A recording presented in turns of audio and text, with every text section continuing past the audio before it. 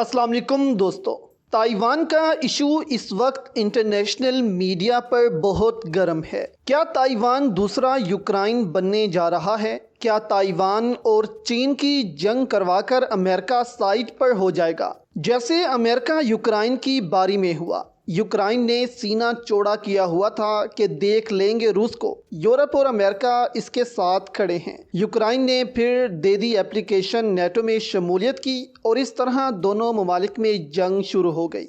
और पहला मिसाइल दागने के बाद रूस ने सिर्फ एक धमकी लगाई थी कि अगर किसी तीसरे मुल्क ने इस जंग में कूदने की कोशिश की तो इसका क्या हाल करेंगे, ये वो मुल्क सोच भी नहीं सकता। और इस एक धमकी के बाद अमेरिका और यूरोप के गुब्बारे से हवा निकल गई और उन्होंने फिर फैसला किया कि नहीं, हम अब यूक्रेन के साथ इस जंग को नहीं लड़ सकते। अगर एक भी फौजी इस जंग में शामिल हुआ तो हमारी जंग छिड़ जाएगी रूस से। अब देखना है कि भारत जो क्वाड मेंबर भी है और चीन से अक्सर भारत की कशीदगी रहती है, इससे बदला लेने के लिए क्या भारत चीन के साथ ताइवान के मामले में अमेरिका के साथ मिलकर हमला कर सकता है? क्या बयान आया है भारत की जानिब से ताइवान को लेकर, आपके सामने रखते हैं। नैन्सी पेलोसी के दौरे के बाद इस वक्त चीन ने ताइवान को चारों तरफ से घेर लिया है और चीन ताइवान और अमेरिका को भी अपनी ताकत दिखा रहा है कि वो कितना ताकतवर है और मिसाइल लॉन्च करके बता रहा है कि अगर ताइवान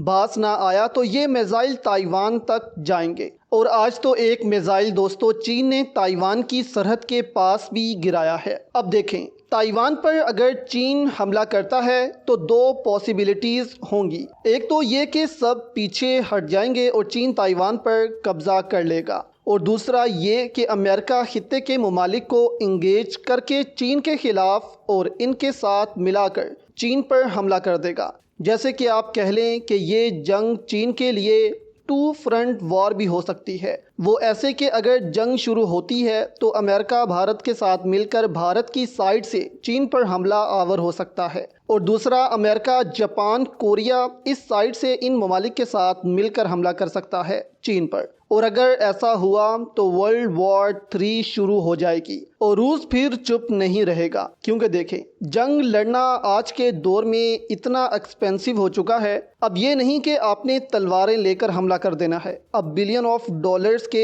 वेपन्स इस्तेमाल होते हैं और उनके लिए मिलियन ऑफ डॉलर्स का फ्यूल चाहिए होता है उनको चलाने के लिए, और बहुत पैसा खर्च होता है वॉर में। रूस क्यों टूटा था? इसीलिए कि इसने इतनी जंगें लड़ना शुरू कर दी थी कि ये माशी तौर पर बुरा हाल हो गया था रूस का, और एट दी एंड रूस को बाकी ममालिक को आज़ाद करना पड़ा जो उसके साथ इल्हाक कर चुके थे। तो अगर इन ममालिक ने डिसाइड किया कि इनको जंग में जाना है ताइवान के लिए, तो फिर इनको ये सोच कर जाना चाहिए कि फिर इनकी मायशत का बुरा हाल हो सकता है, क्योंकि यूरोप ने यूक्रेन की जंग इसीलिए ज्वाइन नहीं की क्योंकि इनको पता था कि वो इसको अफोर्ड नहीं कर सकते। तो यहाँ अब भारतीय MP शशि थरूर की जानिब से एक बयान सामने आया है। वो कह रहे हैं कि हमें ताइवान कार्ड खेलना चाहिए चाइना के खिलाफ। यानी आप कह लें कि जैसे अमेरिका प्रेशर डालता है चीन पर ताइवान को लेकर, वैसे ही भारत भी चीन पर प्रेशर डाले। और आप कह लें कि जैसे चीन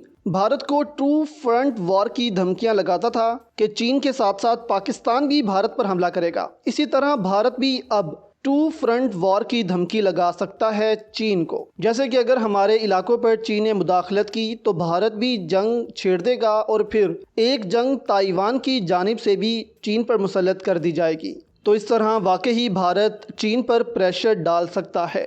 दूसरी जानिब आप देखें तो भारत और अमेरिका ने LAC में मुश्तरका मशकें करने का फ़ैसला भी किया है अक्टूबर में, और इस ऐलान से चीन पर और ज़्यादा प्रेशर डालने की कोशिश की जा रही है ताइवान के मामले को लेकर। लेकिन यहाँ भारत को यूक्रेन से सबक हासिल करना चाहिए कि यूक्रेन को अमेरिका ने इस वक्त तन्हा छोड़ दिया है। रूस मिसाइलों पर मिसाइल मार रहा है यूक्रेन पर और अमेरिका सिर्फ धमकियां ही लगा रहा है अभी तक। तो अगर भारत ने अमेरिका के कहने पर यहाँ कुछ गड़बड़ करने की कोशिश की तो फिर भारत की भी खैर नहीं होगी।